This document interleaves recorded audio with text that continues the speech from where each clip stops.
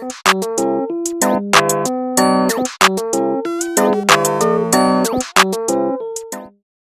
Guys, welcome back to Tech Josh channel. आपका अपने channel में एक बार फिर से स्वागत करते हैं एक नई अपडेट के साथ। ये जो आपका अपडेट रहने वाला है बिहार इंस्ट्रक्टर की तरफ से अपडेट आपका रहने वाला है। यानी कि बिहार की तरफ से जो वैकेंसी को रिलीज़ किया गया था बिहार इंस्ट्रक्टर की, तो उसका फुली नोटिफिकेशन को एक्चुअल में रिलीज़ कर दिया गया है। तो उसी के बारे में हम लोग डिस्कस करने वाले हैं कि एक्चुअल में आपका क्या क्या पैटर्न रहने वाला है। इसमें अभी बहुत बड़ा बदलाव किया गया है, यानी कि hello guys, welcome back to Tech खुशखबरी है। तो उसी के बारे में हम जानेंगे कि एक्चुअल में हमको क्या क्या उसमें बदलाव देखने को मिला है। तो उसी के बारे में डिटेल्स में हम नोटिफिकेशन को डिस्कस कर रहे होंगे। तो चलिए ज़्यादा टाइम ना लेते हुए चलिए वीडियो को स्टार्ट करते हैं। तो ये देखिए बीटीएससी की ये यानी कि बिहार इंस्ट्रक्टर की इसकी ऑफिशियली वेबसाइट पे हम लोग आ गए हैं।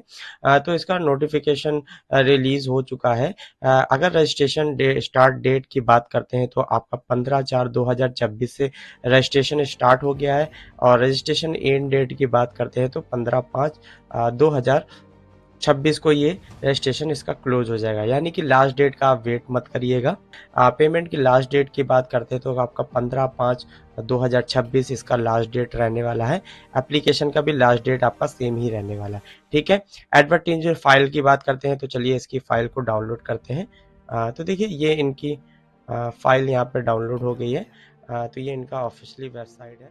पेमेंट की लास्ट डेट की बात यानी कि बिहार तकनीकी सेवा आयोग की तरफ से नोटिफिकेशन को रिलीज कर दिया गया है। इसका विज्ञापन संख्या की बात करते हैं 21/2026 इसका विज्ञापन नंबर है। तो इसमें देखिए मैंने फिटर वाले ट्रेडों के बच्चों के लिए ये जो इसका नोटिफिकेशन है उसको डाउनलोड किया है कि एक्चुअल में फिटर वाले बच्चे के लिए क्या क्या इसमें योग्यता और क्या क्वालिफिकेशन सारी चीज़ों को मांगा गया है।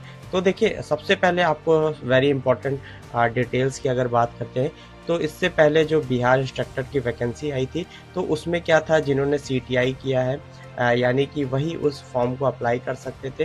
यानी कि सीटीआई प्लस उसके बाद आपका 3 ईयर का आपके पास एक्सपीरियंस सर्टिफिकेट था, तभी आप उस फॉर्म को अप्लाई कर सकते थे। तो इस बार क्या हुआ कि बहुत बड़ी खुशखबरी है कि यानी कि जिन्होंने जो फ्रेशर है, जिन्होंने अभी रिसेंट में आईटीआई कंप्लीट किया है, तो बस आपके पास आईटीआई होना चाहिए, एनसीवीटी हो या एससीवीटी हो। बट एससीवीटी में कुछ कंडीशन को इन्होंने मेंशन किया है, तो उसको हम डिटेल्स में भी जान लेंगे। तो यानी कि अगर आपके पास सिर्फ आईटीआई का सर्टिफिकेट है तो आप इस फॉर्म को अप्लाई कर सकते हैं। ठीक है। तो इसकी देखिए इनकी अगर ऑफिशियली वेबसाइट की बात करते हैं तो ये इनकी ऑफिशियली वेबसाइट है btsc.bihar.gov.in करके इनकी ऑफिशियली वेबसाइट है। डेट की बात करते हैं तो 15/4/2026 से स्टार्ट है और लास्ट डेट 15/5/2026 तक यानी कि आपका लास्ट डेट रहने वाला है। ठीक है। देखिए अब इम्पोर्टेंट पद की बात करते हैं तो यानी कि जिन्होंने फिटर से आईटीआई को कंप्लीट किया है तो फिटर वाले बच्चे इसमें अप्लाई कर सकते हैं। पे स्केल की बात करते हैं तो आपका 6 लेवल का पे स्केल रहने वाला है, यानी कि 35,400 तक आपकी बेसिक पे रहने वाला है। उसके बाद आपका बाकी सारे अलाउंसेस आपको प्रोवाइड किए जाएंगे। तो आपका काफ़ी अच्छा सैलरी पैकेज भी यहाँ पे रहने वाला है। ठीक है। उसके बाद देखिए अगर आप बात करते हैं बिहार राज्य के, अगर आप मूल निवासी हैं, उसके बाद अगर आप महिला कैंडिडेट हैं तो आपके लिए बहुत अच्छी अपॉर्चुनिटी है। यानी कि आपको 35% का आरक्षण भी प्रोवाइड किया जाएगा। ठीक है। बाकी वैकेंसिया की बात करते हैं तो अलग अलग कैटेगरी वाइज इसमें वैकेंसिया को भी लॉक किया गया है। यानी कि 34, 8, 3, तो आपकी जो भी कैटेगरीज है उस बेस पे आप अपनी वैकेंसी को देख सकते हैं। 34 यानी कि जनरल वालों के लिए है। अनुसूचित जनजातियों के लिए 13 है। अनुसूचित जनजाति के लिए 1 पोस्ट को है। ठीक है। अन्य पिछड़ा वर्ग के लिए 15 पोस्टों को निकाला गया है। पिछड़े वर्ग के लिए 10 पोस्टों को निकाला गया है।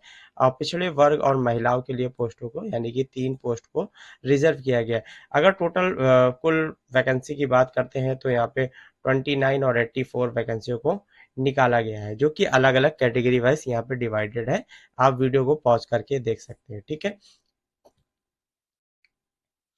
ठीक है। उसके बाद अगर एज क्वालिफिकेशन की एज की अगर बात करते हैं कि आपका एज क्राइटेरिया क्या रहने वाला है, यानी कि 1/8/2026 तक आपकी न्यूनतम आयु 18 वर्ष होनी चाहिए।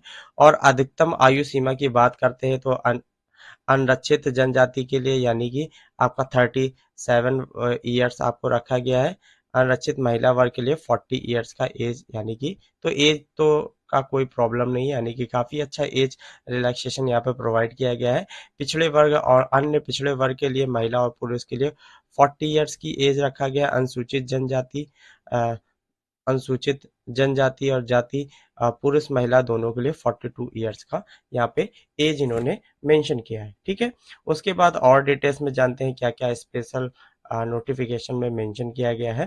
तो देखिए आपके पास 10th की मार्कशीट होना चाहिए। और देखिए आरक्षण के बारे में अगर आप बिहार के कैंडिडेट हैं तो वहाँ पे आपको आरक्षण प्रोवाइड किया जाएगा। और बाकी जो अदर स्टेट के कैंडिडेट हैं वो सिर्फ जनरल कैटेगरी में ही फॉर्म को अप्लाई कर सकते हैं, यानी कि वो कैटेगरी का बेनिफिट यहाँ पे नहीं ले सकते हैं, यानी कि उनको जनरल से ही फाइट करना पड़ेगा। ठीक है।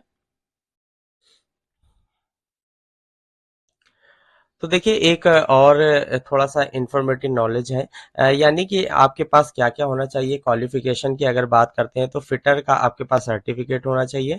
ठीक है। National counselling for vocational training Delhi NCVT, यानी कि अगर आपने एनसीवीटी से अपनी आईटीआई को कंप्लीट किया है तो आप इस फॉर्म को अप्लाई कर सकते हैं। उसके बाद अगर आपने state counselling for vocational training Patna SCVT, देखिए इस केस में अभी मैंने बोला था कि एससीवीटी वाले बच्चे वही सिर्फ अप्लाई कर सकते हैं जिन्होंने पटना से अगर एससीवीटी का सर्टिफिकेट यानी कि आईटीआई कंप्लीट किया है, तो ही आप इस फॉर्म को अप्लाई कर सकते हैं। अदरवाइज एससीवीटी वाले इस फॉर्म को, अदर स्टेट के बच्चे इस फॉर्म को अप्लाई नहीं कर सकते। यानी कि अगर आपके पास एनसीवीटी का सर्टिफिकेट है तो आप किसी भी स्टेट से बिलोंग करते हैं तो आप इस फॉर्म को अप्लाई कर सकते हैं। बट अगर आपके पास एससीवीटी का सर्टिफिकेट है तो ओनली फॉर पटना कैंडिडेट ही इस फॉर्म को अप्लाई कर सकते हैं। ठीक है। तो ये तो एक छोटा सा और इंफॉर्मेटिव नॉलेज था जो कि आप सभी को पता होना चाहिए था। ठीक है। उसके बाद देखिए और भी कुछ इन्फॉर्मेटिव नॉलेज यहाँ पे है। तो देखिए सिलेक्शन प्रोसेस की बात करते हैं तो आपका सिलेक्शन प्रोसेस क्या रहने वाला है।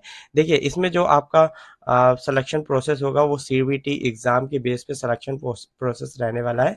75 मार्क्स यहाँ पे मिलने वाले हैं। उसके बाद 25 मार्क्स आपके किस में रहने वाले हैं। देखिए यहाँ पे अगर आपके पास एक्सपीरियंस सर्टिफिकेट है तो उसमें क्या होगा, मार्क्स को प्रोवाइड किया जाएगा। देखिए आपका जो टोटल एग्जाम पैटर्न रहने वाला है वो 100 क्वेश्चन का एग्जाम पैटर्न रहने वाला है, जिसमें पिछली बार का जो इसमें पैटर्न था वो 80 मार्क्स यानी कि आपके ट्रेड के थे। कितने?